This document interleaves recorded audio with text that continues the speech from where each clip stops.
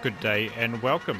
Matthew here again, Nations Cup, Fuji Speedway in the Group X, the X 2019 Championship Edition. I can't quite remember the name of the car, but we're at a standing start and it's always going to be hectic and we're away. I got a place off the start, qualified 7th, now into 6th, braking a bit earlier, and then I get a punt from behind. I actually saw it coming in the rear view mirror, not that you can see the rear view mirror is here.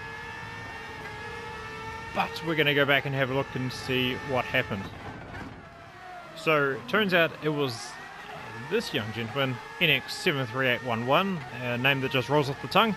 And you notice everybody else puts in their braking lights and he doesn't seem to want to. And goes too deep, just misses braking point. It's the first time I've seen this guy, so maybe it's inexperience, I don't know. But it's certainly all on him. So he hit Jordster, who hit me, and I hit Psydog, and Psydog hit Adam. So I pick up both front and rear aero damage, and you'll see me just up ahead. I'm quite slow through this corner. Adam and Psydog pick up engine damage, which means they're significantly slower on the straights or anywhere you're accelerating. The damage is on light mode, so after a period of time it fixes itself, so it's not the end of our race. But it does certainly hamper our progression, early on in the race, especially when, I'm starting to, I picked up 6th early on. Psydog was qualified 4th or something like that. Adam was qualified 2nd or 3rd, so, just a small mistake does affect a lot of people's races. Just going to show it from another couple of perspectives. This one's on board with Holland. He's just to the right of Jordster when the bump happens. He's got a very optimistic move going up the inside of me.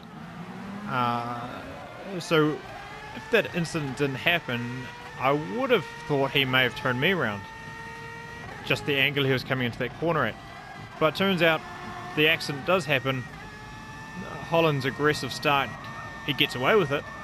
And immediately from 10th into 2nd by turn 3, just kind of nuts.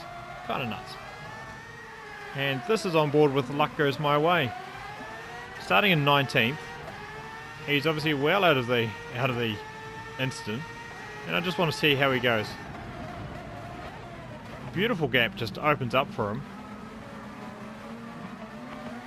Avoids a chaos, misses 2 guys spinning. What a start. That was beautiful. I think his name says it all. And he picks up another one from Jordster, who's probably got aero damage from the bump. He couldn't quite make the turn. So from 19th to 6th, 13 places in 3 corners. Brilliant.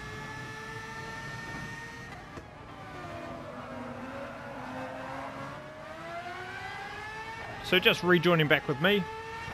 I got Knuckles that went around the outside of me in that last corner because I've got aero damage.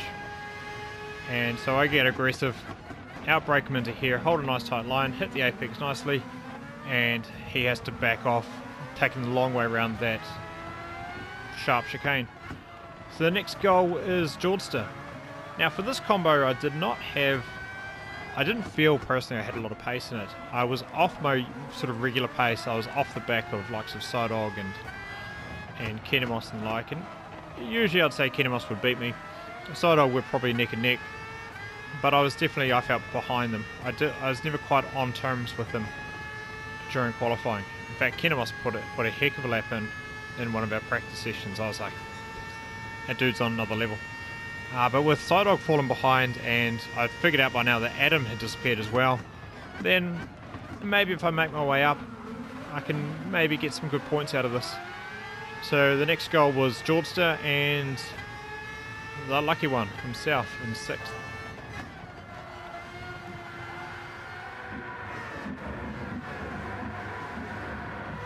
So just a bit further on that lap, I see these two fighting, so I decided to get aggressive and try to attack whichever one was going to fall back.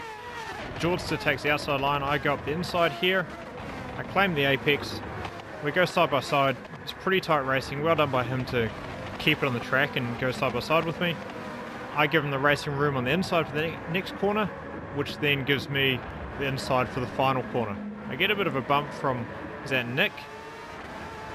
But I get a good drive, and Nick and Jordster sort of have a bit of a tussle, and it just costs them a bit of time, and it puts them out of my draft. I think I was about 6/10 ahead of them, so it put them far enough back that the draft, I was not going to be overtaken by the draft, or by the cars in the draft. So that solidified my 7th place, and I had to attack 6th. So on to lap 3, I'm caught up with luck, and I have a look down the inside. It's a bit of a scare. I was not going to overtake him from that position, just to make him look in the rearview mirrors, put him off a bit. I tried to do what I did to George the previous lap, but I got a poorer drive than he did off the chicane, and it can be difficult to overtake unless you're right on the back of somebody here and they make a bit of an error out of one of these corners. So at this stage I figured I'd just stay behind him. There's no point in going past him. Stay behind him, and I'm going to have the draft down the main straight. He does take a funny line into this last corner, which had me worried because I was going to be attacked from behind by Jordster, and it had not slipped my attention that Adam, who qualified 2nd or 3rd with a blistering time, was in 9th and would be catching me very shortly. The draft is very powerful in these cars. They sort of top out at 305 kilometers an hour, but with the draft you're easily over 310. And so while you don't get a lot of advantage out of the acceleration zone, you know, initially from corner launch or apex launch, later on down the longer straights there is a big bonus to be had for sitting in a slipstream. So got 6th. Art Noble and Schnick are about 3 seconds up the road, and Jules is just behind me, as you can see, and Adam's not that far behind him, so he was the one I was afraid of the most. And the goal now is to put my head down and get onto the back of Noble and Schnick. So on to the last lap now. It's taken 6 laps for 4th, 5th, 6th and 7th to sort of come together. Adam slowly caught me over the past few laps. Got to about 8/10 at this stage, and I was about 8/10 behind Schnick. The only real change was that Noble got ahead of Schnick on about lap 8, and he slowly pulled away from Schnick in 5th place. So I thought if I drove it well enough, I'll be able to catch Schnick and maybe draft him. You know, maybe catch him in the last sector, or maybe draft through him, draft him down the final straight, maybe.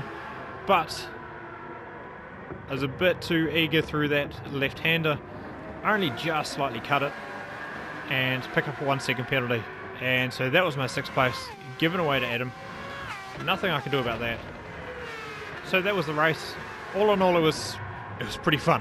A crazy first turn, followed by a few tough laps and good battles, and to sort of mellowed out in the end with the gaps, I guess, created by that first turn carnage.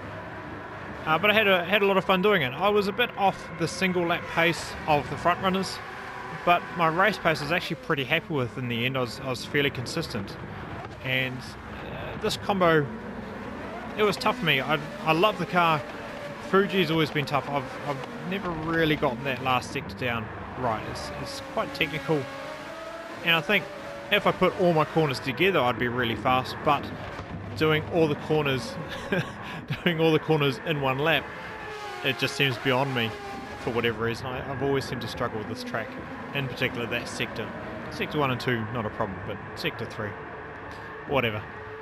Anyway it was a good race. I enjoyed it. A bit disappointing with the end, picking up that penalty right at the end, but what you're going to do, and I'm better to do that when I'm, you know, battling for 6th or 7th rather than battling for the lead, which hopefully maybe next time out we're going to be doing N300s at Willow Springs, so that'll be interesting. I imagine it'll be a KTM fest, but who knows. Until then, thanks for coming along and watching. If you did like what you see, hit the subscribe button to catch more. Otherwise, if you want to see these races live, give me a follow on Twitch. The links are in the description below. I run them every FIA night, Wednesdays and Saturdays. Until then, thank you for coming along, and we'll catch you next time. Bye bye.